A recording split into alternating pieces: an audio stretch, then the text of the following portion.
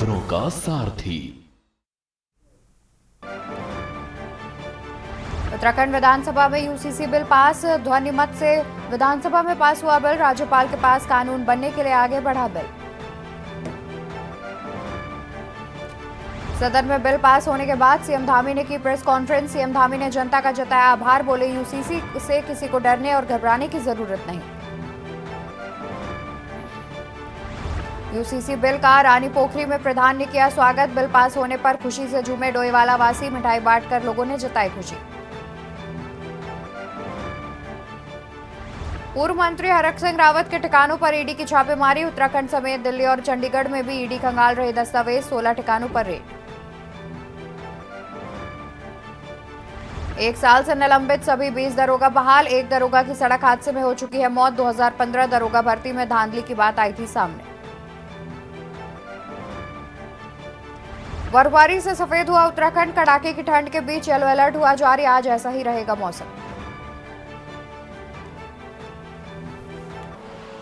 आप देख रहे हैं के न्यूज, खबरों का सारथी।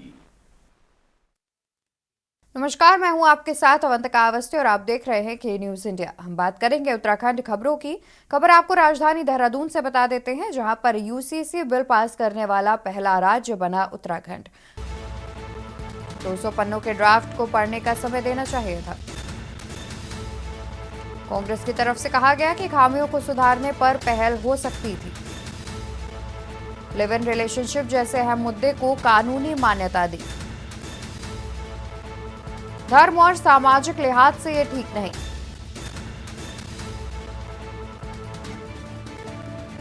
यूसीसी लागू करने वाला पहला प्रदेश बना उत्तराखंड। नेताओं और बुद्धिजीवियों की मिली जुली प्रतिक्रियाएं भी सामने आई इस दौरान। वहीं कांग्रेस के वरिष्ठ नेता की अगुवाई में पत्रकार वार्ता का आयोजन किया गया, जिसमें कांग्रेस की ओर से कहा गया कि यूसीसी को लेकर चर्चा के लिए समय देना चाहिए था। 200 पन्नों के ड्राफ्ट को पढ़ने का समय देना चाहिए था। खामियों को सुधारने पर पहल हो सकती थी। लिव इन रिलेशनशिप जैसे अहम मुद्दे को कानूनी मान्यता दी। धर्म और सामाजिक लिहाज से ये ठीक नहीं है। यूसीसी लागू करने वाला पहला प्रदेश बना उत्तराखंड। नेताओं और बुद्धिजीवियों की मिलीजुली प्रतिक्रियाएं भी सामने आ रही हैं, जिस पर कांग्रेस के वरिष्ठ नेता की अगुवाई में एक पत्रकार वार्ता का आयोजन किया गया, जिसमें कांग्रेस की ओर से कहा गया कि यूसीसी को लेकर चर्चा के लिए समय देना चाहिए था। 200 पन्ने के ड्राफ्ट को पढ़ने का समय देना चाहिए था। खामियों को सुधारने पर पहल हो सकती थी।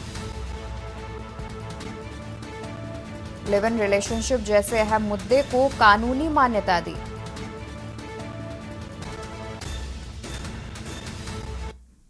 बढ़ते हैं खबरों में, जहां पर उत्तराखंड की पहाड़ियों में बुरांस के फूल तय समय से पहले खिलने से पर्यावरणविदों की चिंता बढ़ गई है। स्वास्थ्य लाभों के किए जाने वाले फूल आमतौर पर मार्च से मई के महीनों के दौरान दिखाई देते हैं, लेकिन इस फरवरी के महीने में ही दिखाई देने लगे हैं। पर्यावरणविदों का कहना है कि फूलों के मौसम में बदलाव हिमालयी इलाकों के इकोसिस्टम पर ग्लोबल वार्मिंग का असर दिखाई दे रहा है। उत्तराखंड की पहाड़ियों में बुरांश के फूल तय समय से पहले ही खिलने से पर्यावरणविदों की चिंता बढ़ गई है।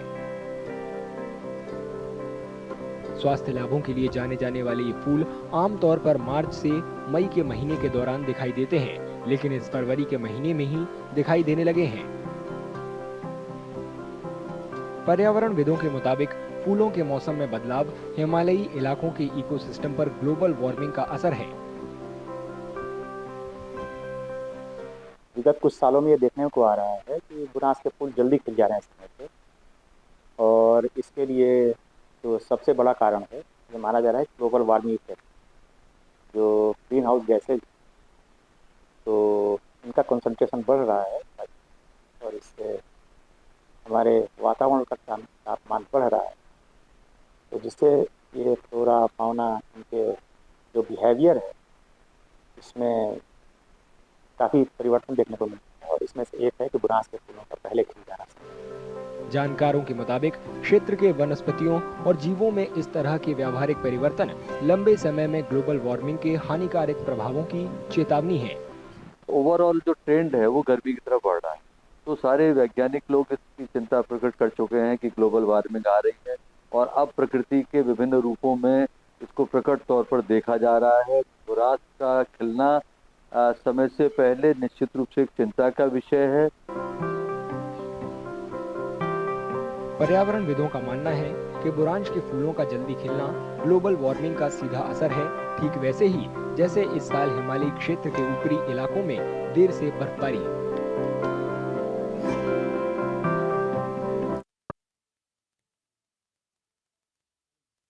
पास होते ही भाजपा कार्यालय देहरादून में जश्न शुरू हो गया है। पार्टी कार्यकर्ताओं ने यूसीसी विधेयक पेश होने पर मिठाई बांटी और कहा कि राज्य की धामी सरकार ने सामाजिक सुधार की दिशा में एक बड़ा कदम उठाया है। पार्टी कार्यकर्ताओं ने एक दूसरे को बधाई दी और मुख्यमंत्री पुष्कर सिंह धामी का आभार जताया। उन्होंने बताया कि प्रदेश में समान नागरिक संहिता विधेयक विधानसभा में पेश किया गया, इसका कार्यकर्ता स्वागत करते हैं। प्रदेश में धामी सरकार में ऐतिहासिक कार्य हो रहे हैं। कार्यकर्ताओं से भी इन कार्यों को जन जन तक पहुंचाने को कहा गया है।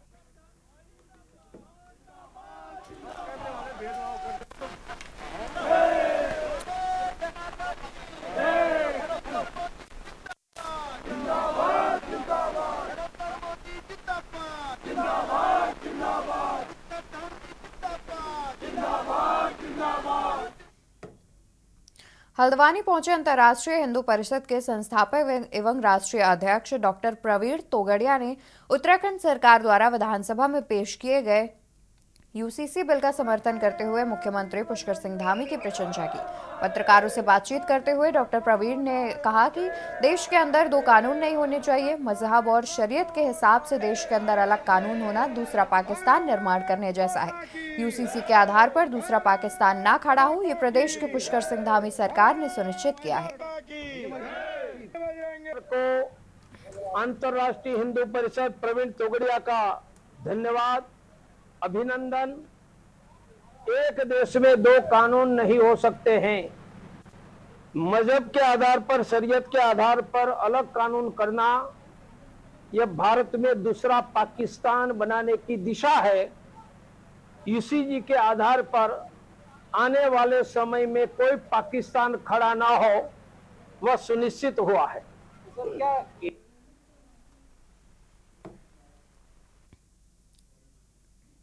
लोकसभा चुनाव से ठीक पहले विपक्षी दलों के नेताओं की मुश्किलें कम होने का नाम नहीं ले रही हैं। ईडी की कार्रवाई झारखंड, दिल्ली के बाद अब उत्तराखंड भी पहुंच गई है। दरअसल प्रवर्तन निदेशालय ने मनी लॉन्ड्रिंग मामले में कांग्रेस नेता और पूर्व कैबिनेट मंत्री डॉक्टर हरक सिंह रावत के कई ठिकानों पर छापेमार कार्रवाई की। सूत्रों से मिली जानकारी के मुताबिक उत्तराखंड, दिल्ली और चंडीगढ़ में हरक सिंह के कई ठिकानों पर तलाशी ली गई है। बता दें कि हरक सिंह रावत ने साल 2022 के उत्तराखंड विधानसभा चुनाव से पहले भाजपा छोड़ दी थी और कांग्रेस में शामिल हो गए थे। भाजपा सरकार में राज्य के वन मंत्री के रूप में हरक सिंह रावत के कार्यकाल के दौरान रावत और उनके कुछ विभागीय अधिकारियों पर टाइगर सफारी परियोजना के तहत कॉर्बेट पार्क के पाखरू रेंज में अवैध पेड़ काटने और निर्माण से शामिल होने से संबंधित गंभीर आरोप लगे। भारतीय वन सर्वेक्षण ने अपनी रिपोर्ट में दावा किया है कि पाखरू बाघ सफारी के लिए 163 की अनुमति के खिलाफ कॉर्बेट टाइगर रिजर्व में 6000 से अधिक अवैध पेड़ अवैध रूप से काटे गए। चुनाव से ठीक पहले ईडी की कार्रवाई के बाद राज्य में सियासत गर्मा गई है। विपक्ष का आरोप है कि मोदी सरकार जांच एजेंसियों का दुरुपयोग कर विपक्ष के नेताओं का उत्पीड़न कर रही है, जबकि सत्ता पक्ष का कहना है कि जांच एजेंसियां स्वतंत्र हैं, लेकिन सरकार न खाऊंगा न खाने दूंगा की नीति पर काम कर रही है। ऐसे में जो भी दोषी होगा उसके खिलाफ कठोर कार्रवाई की जाएगी। देखिए ये रिपोर्ट। इसमें चाय बनाने में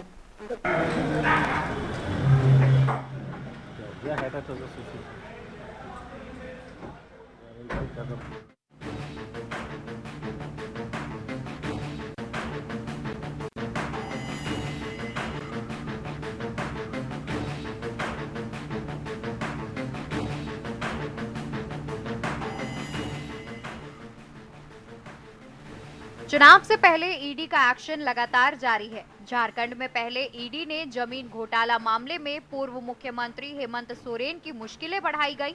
इसके बाद अब ईडी ने अपनी कार्रवाई को तेज करते हुए उत्तराखंड में भी छापेमार कार्रवाई शुरू कर दी है। जानकारी के मुताबिक कांग्रेस नेता और पूर्व मंत्री हरक सिंह रावत के ठिकानों पर ईडी की छापेमारी हुई है। बता दें कि उत्तराखंड के पूर्व मंत्री हरक सिंह रावत से जुड़े कथित वन घोटाला मामले में दिल्ली, चंडीगढ़ और उत्तराखंड के कई स्थानों पर ईडी ने छापेमारी की है। ईडी की छापेमारी दो अलग अलग मामलों में चल रही है। एक मामला फॉरेस्ट लैंड से जुड़ा है, जबकि दूसरा एक अन्य जमीन घोटाला है। इस मामले में पिछले साल विजिलेंस विभाग ने हरक सिंह के खिलाफ कार्रवाई की थी। वहीं ईडी की इस कार्रवाई के बाद उत्तराखंड में सियासत गर्मा गई है। यहाँ पे सर मैं 11 बजे पहुँचा था, अलमारी की चाय बनाने आया था की जो अलमारी 1 से 1.5 घंटा लगा है उसमें चाय बनाने में। अंदर कौन कौन मौजूद थे? अंदर 6 से 7 आदमी थे। मंत्री जी थे? मंत्री जी नहीं है थे, उनकी वाइफ थी। तो चाबी अलमीरा का बनाने के बाद अलमीरा खुला, उसमें क्या था? अलमारी खुलने के बाद उसमें फाइलें थी, बाकी मुझे कोई और सामान नहीं मिला। कितनी अलमीरे की चाबी आपने बनाई? एक अलमीरा थी, उसकी चाबी बनाई है। और उसके अंदर कुछ नहीं मिला? उसके अंदर सिर्फ फाइलें हैं, बाकी उससे अलावा कोई सामान नहीं है। तो ईडी जो पूछताछ कर रही है, क्या मंत्री की वाइफ से भी पूछताछ कर रही है? मंत्री की वाइफ से ही कॉन्टैक्ट हुआ था, सीधा उनसे ही बातचीत हुई, तभी जाके खोल ली। वैसे हम खोल दें अलमारी, हम प्रूफ लेते। अंदर के माहौल को बताइए थोड़ा कैसा? अंदर का माहौल तो देखो, बाकी उनकी मीटिंग चल रही है, क्या कर रहे हो क्या नहीं कर रही है, बाकी तो उससे भी सही है, ऐसा कुछ नहीं है। बाकी उनके मीटिंग कर रहे हैं, बैठे हैं 3-4 आदमी बातें कर रहे हैं अपनी। क्या कितने लोग हैं ईडी के? कितने लोग? ईडी के 4-5 आदमी जी। और आपसे संपर्क किसने किया? संपर्क यहाँ पे एक सर्वे चौक पे ऑफिस है, वहाँ से कॉन्टैक्ट हुआ है हमारा ना। अजीबोगरीब परंपरा है।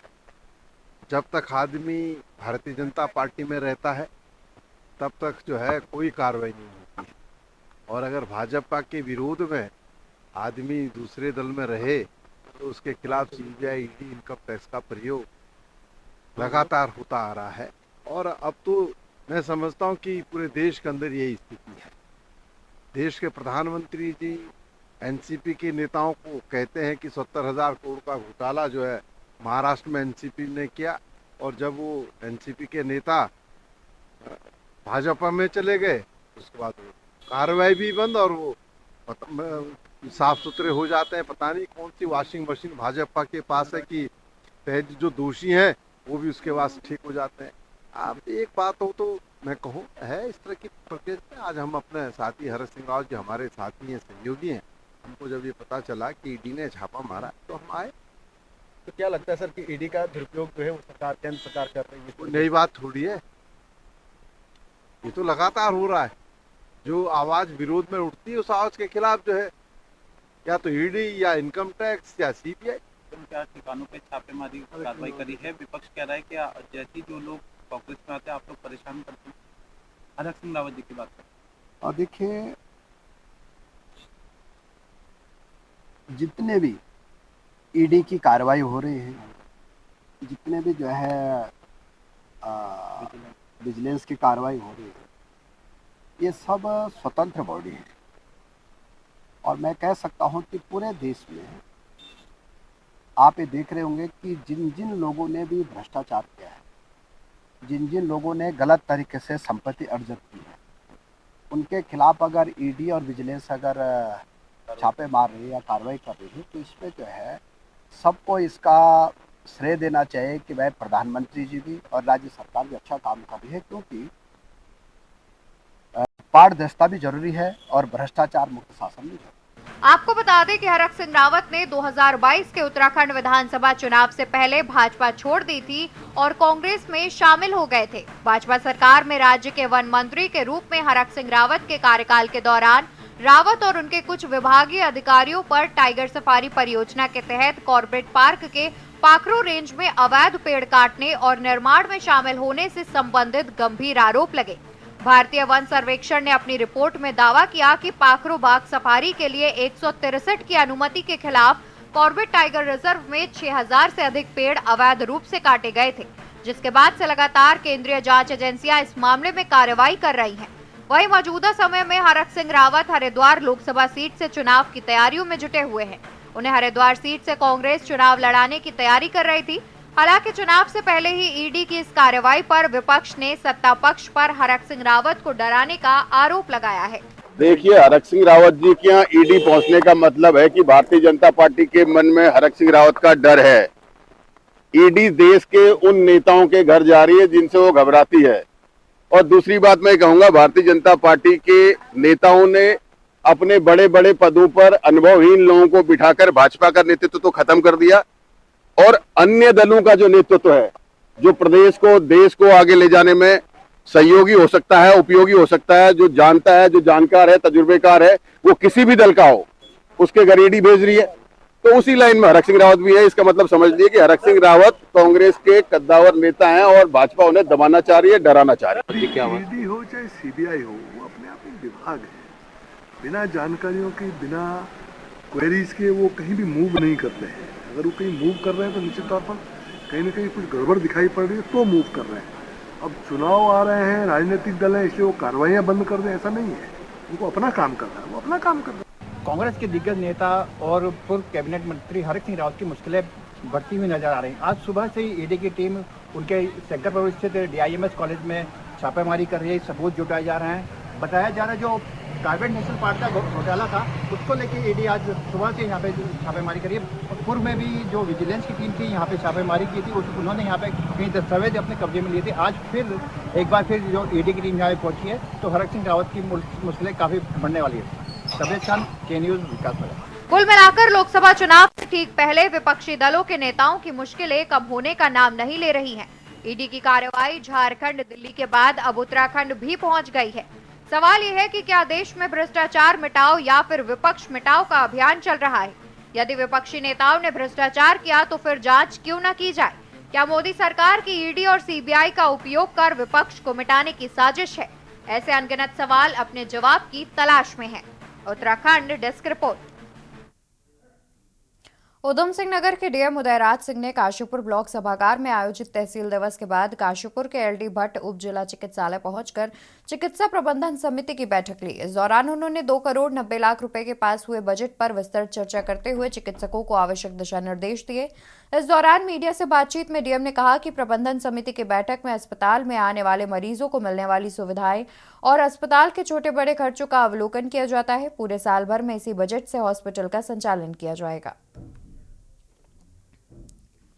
खबर देहरादून से बता दें, जहां पर विधानसभा सत्र के दौरान हरिद्वार क्षेत्र के विभिन्न मुद्दों को लेकर खानपुर विधानसभा से निर्दलीय विधायक उमेश कुमार ने सदन में प्रदर्शन कर धरना दिया। उनकी मांग थी कि किसानों को फसल बीमा का भुगतान, बिजली बिल माफ करने, किसानों को मुफ्त बीज और खाद्य सामग्री दिए जाने के साथ ही गन्ने का समर्थन मूल्य बढ़ाया जाए।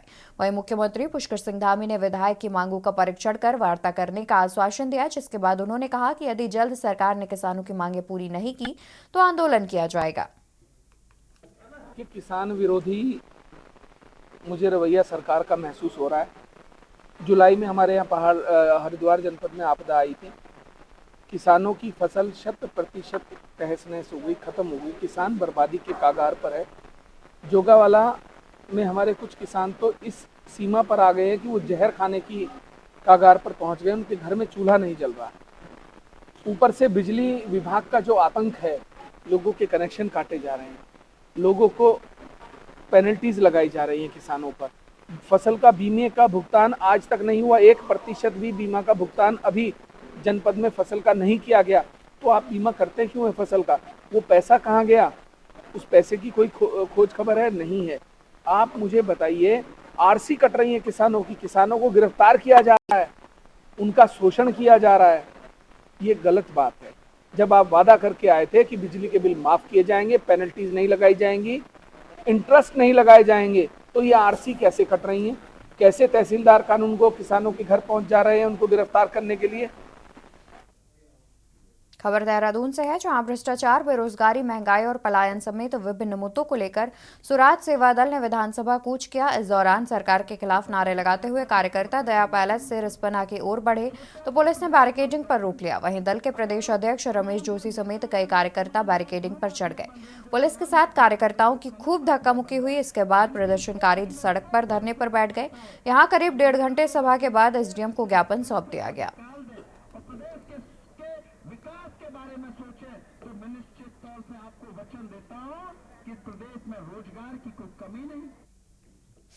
उत्तराखंड राजभवन देहरादून में हर वर्ष आयोजित होने वाला वसंतोत्सव इस वर्ष 1 से 3 मार्च के बीच आयोजित किया जाएगा।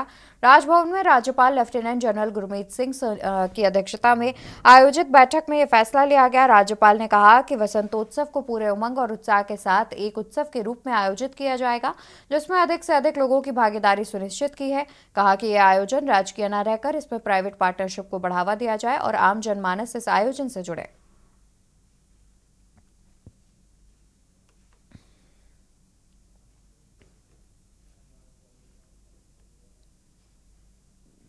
सितारगंज के मुख्य चौक पर भाजपा कार्यकर्ताओं ने मिठाइयां बांटकर खुशी जाहिर की। वहीं भाजपा कार्यकर्ताओं ने कहा कि भारतीय जनता पार्टी के विधानसभा के पटल पर समान नागरिक संहिता बिल की मंजूरी पर मुख्यमंत्री पुष्कर सिंह धामी को इसका श्रेय दिया और कहा कि एक मजबूत कार्यशैली व दृढ़ निश्चय से यह बिल विधानसभा में बहुमत से पास किया गया।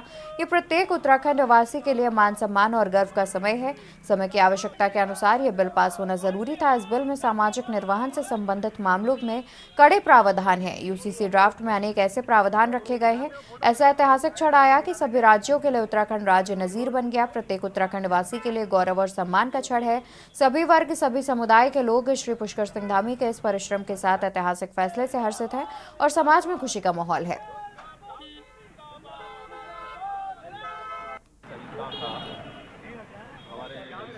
मुख्यमंत्री आदरणीय पुष्कर सिंह धामी जी विधानसभा पटल पे रखा है और आज प्रस्ताव पारित हो जाए। जो हमारी पार्टी की विचारधारा थी पूरे देश के अंदर उसमें एक कदम आदरणीय बढ़ा। इसके लिए आदरणीय धामी जी को, आदरणीय मुख्यमंत्री जी को, आदरणीय प्रधानमंत्री विधानसभा सत्र में यूसीसी बिल को सदन के पटल पर रखा गया। ऐसे में पूरे राज्य भर में सभी संवेदनशील जगहों पर पुलिस फोर्स तैनात की गई। हल्द्वानी में भी समुदाय विशेष वाले क्षेत्रों में भारी संख्या में पुलिस फोर्स तैनात किया था ताकि किसी भी तरीके की अप्रिय घटना न हो सके। बनभूलपुरा से लेकर जवाहर नगर तक लगातार फोर्स का मूवमेंट हो रहा है।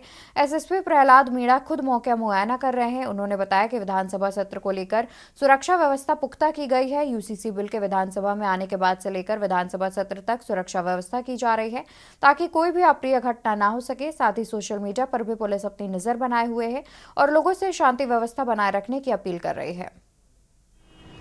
देखिए, विधानसभा सत्र के मद्देनजर हमेशा सुरक्षा व्यवस्था बढ़ाई जाती है, तो उसी क्रम में हमने हल्द्वानी शहर में और नैनीताल जिले के सभी कस्बों में एक ड्यूटी प्लान तैयार किया था। उसी के क्रम में आज हमने फोर्स डिप्लॉय किया है और हमारे पुलिस फोर्स तैनात है। वैसे सब कुछ सामान्य चल रहा है, लेकिन अगर कोई किसी तरीके की घटना होती है तो उसको डील करने के लिए सारी फोर्स तैनात है। दिनेशपुर नगर पंचायत के मुख्य मार्ग में फुटपाथ पर लगे दुकानदारों का पुलिस ने चालान किया। इस दौरान साप्ताहिक तहबाजारी नगर पंचायत दिनेशपुर के ठेकेदार रविंद्र ने कहा कि दिनेशपुर नगर पंचायत बनने के बाद से ही व्यापारियों द्वारा फुटपाथ दुकान लगाई जा रही है। यहाँ दुकानदार बहुत गरीब लोग हैं, इन्हें अन्य जगह अस्थायी रूप से बैठाया जाना चाहिए, पर दिनेशपुर पुलिस द्वारा 10-10 हजार रुपए का चालान कर दिया गया। वहीं देवभूमि व्यापार मंडल अध्यक्ष राजेश नारंग ने कहा कि साप्ताहिक हाट बाजार के दिन व्यापारियों द्वारा फुटपाथ पर दुकान लगाने से जाम की स्थिति बनी रहती है, पर इसको हटाने से पहले अन्य स्थान पर जगह उपलब्ध करा देनी चाहिए। इस बारे में पुलिस ने कुछ भी कहने से इनकार कर दिया।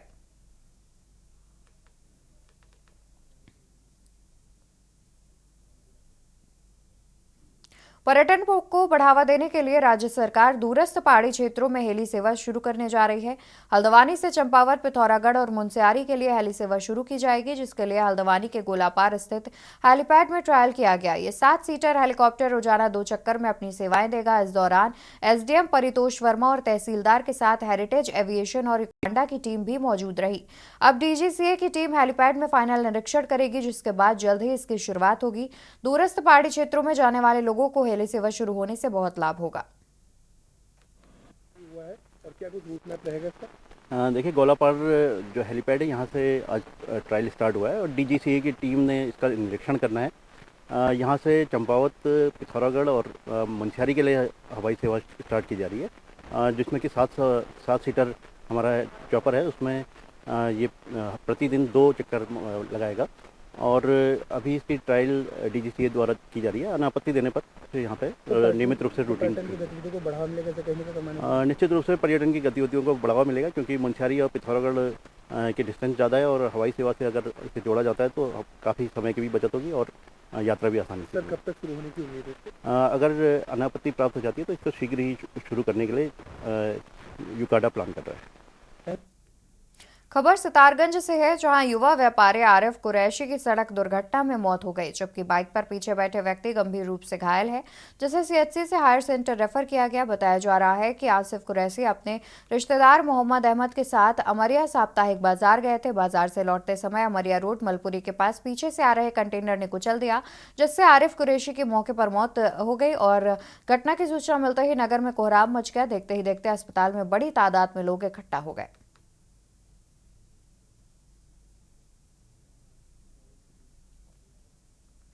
खबर डोईवाला से है, जहां उत्तराखंड विधानसभा में स्वर्ण अक्षरों में दर्ज किया गया आज का दिन और वहीं समान नागरिक संहिता बिल सदन के पटल पर रखते ही सदन में जहां सत्ता पक्ष के विधायकों ने बिल का स्वागत किया तो बाहर भाजपा कार्यकर्ताओं ने अपनी खुशी का इजहार मिठाई बांट कर किया। तो वहीं सदन में राज्य आंदोलनकारियों की भावना के अनुरूप सरकारी नौकरियों में 10% 37 आरक्षण बिल भी पेश होने का स्वागत किया गया। रानी पोखरी ग्राम पंचायत के ग्राम प्रधान सुधीर रतूड़ी ने इन दोनों ही चीजों का स्वागत किया है। उत्तराखंड सरकार माननीय मुख्यमंत्री जी के द्वारा जो समान नागरिकता विधेयक लाया जा रहा है वो अच्छा है और वो होना भी चाहिए, क्योंकि जिस देश में या जिस राज्य में हम रह रहे हैं तो उसका सबके लिए एक जैसा समान कानून होना चाहिए, एक समान अधिकार होने चाहिए। ये अच्छी पहल है और हम इसका स्वागत करते हैं। आपको लगता है कि जायज़ है जनता की? शादी का रजिस्ट्रेशन तो बहुत अच्छा है, अनिवार्य होना चाहिए और हो भी रहा है। हमारे यहाँ काफ़ी लोग जो शादी कर रहे हैं तो हम लोगों से जो उसमें अपना वो बना रहे हैं, सर्टिफिकेट बनवा रहे हैं विवाह पंजीकरण, तो उसमें हम लोगों का भी जो है वो लगती है, वो दिया जाता है, हमारे से संस्तुति दी जाती है, तो ये अच्छा है। और कुछ चीज़ें हैं जिसमें अगर लगता है कि जनता को कहीं पर वो लगता है तो उस पर बात करी जा सकती है जनता के द्वारा या विधायकों के द्वारा या सरकार के द्वारा। सुझाव भी शामिल होने चाहिए। कहीं पर अगर किसी का कुछ ज़्यादा आनंद न हो किसी का, बाकी समान नागरिकता हम चाहते कि होना चाहिए और अच्छी बात। उत्तराखंड खबरों में फिलहाल के लिए बस इतना ही। ऐसी जानकारी के लिए आप देखते रहिए के न्यूज़ इंडिया। नमस्कार। आप देख रहे हैं के न्यूज़, खबरों का सार।